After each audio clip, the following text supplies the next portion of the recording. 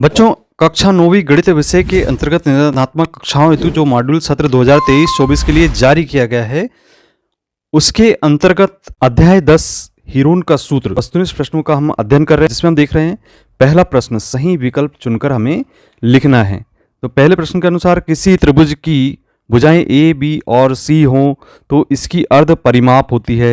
चूंकि आप जानते हैं कि परिमाप बराबर ए धन बी धन सी होता है और तीनों भुजाओं का योग, और इसमें अर्ध परिमाप बोलेंगे तो यहाँ पर हम अर्ध परिमाप को ए धन बी धन सी बटा 2 के रूप में प्रदर्शित करते हैं, जो कि बी ऑप्शन के रूप में दिखाई दे रहा है।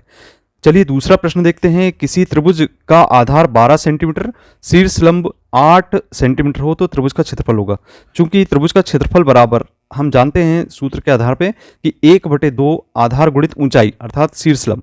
तो आधार यहाँ पे आपका 12 ज्ञात है और 8 शीर्ष लंब ज्ञात है। 2 से आप कैंसिल कर दीजिए, 2 6 12 6 8 48, तो 48 वर्ग सेंटीमीटर ऑप्शन नंबर सा यहाँ पे दिखाई दे रहा है, ये बिल्कुल सही होगा। चलिए तीसरा प्रश्न देखते हैं, जिसमें हीरोन का सूत्र होता है। तो हीरोन के सूत्र के आधार पर हम जानते हैं कि कर्णी S minus A S minus B S minus C होता है, तो सा ऑप्शन बिल्कुल सही होगा।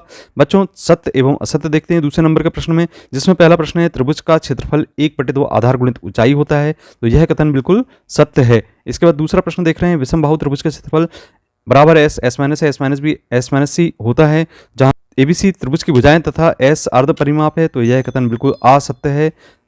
चलिए तीसरा प्रश्न देख रहे हैं यहाँ पे कि हीरोन का सूत्र केवल समांतर चतुर्भुज का क्षेत्रफल ज्ञात करने में प्रयुक्त होता है, तो यह कथन भी असत्य होगा। अब बात करते हैं यहाँ पे प्रश्न क्रमांक 3 की, जिसमें एक शब्द या वाक्य में उत्तर लिखना है। तो त्रिभुज का क्षेत्रफल संबंधी हीरोन का सूत्र लिखिए। यहाँ पे हमें लिखना होगा कर्णी S minus A S minus B S minus C. इस तरीके से ये हीरोन का सूत्र होगा। अब बात करते हैं दूसरा प्रश्न कि हीरोन का जन्म कहाँ हुआ था। तो इसका आंसर लिखना होगा आपको बच्चों, मिस्र में हुआ था। तीसरा प्रश्न है किसी त्रिभुज का क्षेत्रफल निकालने का सूत्र लिखिए। तो किसी त्रिभुज का जब क्षेत्रफल निकालते हैं तो उसका सूत्र होता है 1/2 आधार गुणित ऊंचाई। तो त्रिभुज का क्षेत्रफल बराबर होता है 1/2 आधार गुणित ऊंचाई या शीर्ष लंब। चौथा प्रश्न है किसी त्रिभुज का अर्ध परिमाप लिखना है। तो त्रिभुज का जो अर्ध परिमाप हम जानते हैं कि किसी भी त्रिभुज का परिमाप तीनों भुजाओं की लंबाइयों का योग के बराबर हो, अर्थात ए धन बी धन सी। और यदि इसका अर्ध परिमाप की बात करते हैं तो इसे आधा कर दीजिए, तो ए धन बी धन सी बटा 2 होगा।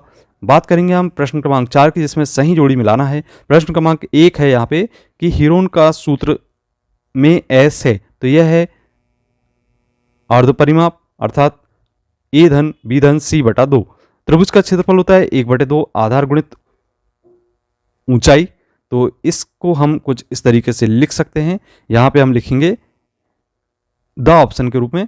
और विषमबाहु त्रिभुज का जो क्षेत्रफल होता है वह होता है कर्णी S minus A S minus B S minus C के रूप में। समबाहु त्रिभुज के क्षेत्रफल की बात करते हैं तो समबाहु त्रिभुज का क्षेत्रफल हम जानते हैं कि कर्णी 3 a का वर्ग बटे 4 के रूप में होता है, और समांतर चतुर्भुज का क्षेत्रफल होता है आधार गुणित शीर्ष लंब या ऊंचाई। तो बच्चों, ये थे आपके सही जोड़ी मिलाने वाले प्रश्न। अब बात करते हैं प्रश्न क्रमांक 5 की, जिसमें रिक्त स्थानों की पूर्ति करना है। जिसमें पहला प्रश्न है किसी त्रिभुज का आधार 4 सेंटीमीटर, ऊंचाई या शीर्ष लंब 6 सेंटीमीटर है, तो त्रिभुज का क्षेत्रफल होगा। तो इसे हम लिखेंगे 1/2 आधार गुणित ऊंचाई। और यहाँ पे चूंकि मान दिए गए हैं इनके, तो मान रख देते हैं 1/2 आधार यहाँ पे 4 है और ऊंचाई 6 है, कैंसिल कर दीजिए। 2 से 6 3 बार कैंसिल, और 4 से 3 का गुणा करेंगे तो 12 वर्ग सेंटीमीटर इसका आंसर आ जाएगा। तो आप ऑप्शन में लिखेंगे 12 वर्ग सेंटीमीटर। और दूसरा प्रश्न है किसी त्रिभुज की भुजाओं की लंबाइयों का योग उसकी खालिस्तान कहलाती है, तो इसे हम कहते हैं परिमाप कहते हैं। तो बच्चों, ये थे आपके वैकल्पिक प्रश्न। यदि आपको वीडियो अच्छा लगता है तो वीडियो को लाइक करें, अपने मित्रों को शेयर करें, और अभी तक चैनल को आपने सब्सक्राइब नहीं किया तो सब्सक्राइब करें। मिलते हैं अगले वीडियो में। धन्यवाद।